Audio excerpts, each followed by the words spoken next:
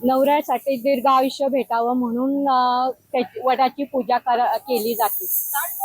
सती सावित्रीने नवऱ्याचे प्राण वाचवले आणि तिने त्या दिवशी पण केला की मी नवऱ्याचे वडाची पूजा करेन आणि त्या दिवसापासून नवऱ्याला दीर्घ आयुष्य भेटावं म्हणून वडाची पूजा केली जाते।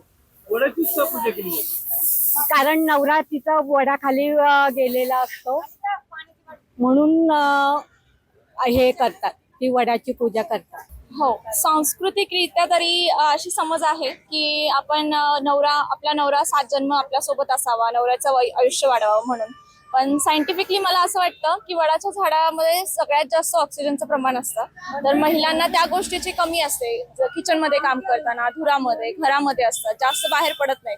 पण त्याच्यासाठी पण एक दिवस असा पण असावा की महिलांनी बाहेर पडावं, थोडंसं आपल्या बाहेरच्या मैत्रिणींसोबत भेटावं किंवा बाहेरच्या जगात जावं आणि ऑक्सिजन त्यांना त्यावेळेस खूप जास्त प्रमाणात मिळावा म्हणून पण असावं, अशी ही रीती बनवलेली असावी असं मला वाटतं।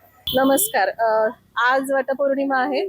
बाकीच्या सत्यवान सावित्रीची गोष्ट तर सगळ्यांना माहितीच आहे, पण महत्वाचा विषय असा आहे की पहिला पाऊस झाल्यावरती मातीमध्ये ॲझेटोबॅक्टर नावाचा जीवजंतू वाढतो आणि बायका घराच्या बाहेर या वेळेला पडत नाहीत आणि बायकांना घराच्या बाहेर काढण्यासाठी हा सण साजरा केला जातो, ज्यामुळे बायका पूर्वी शेतात जायच्या।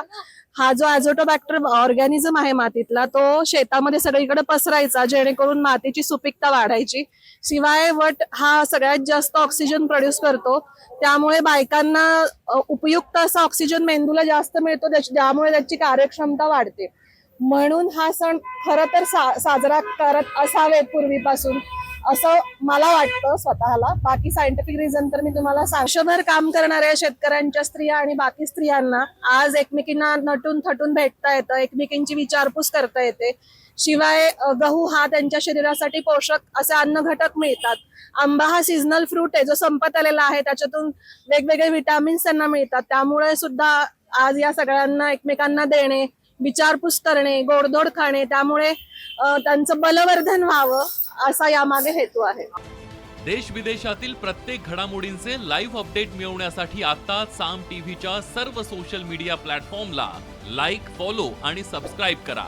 तसंच सर्व नोटिफिकेशनसाठी बेल आयकॉन प्रेस करायला विसरू नका।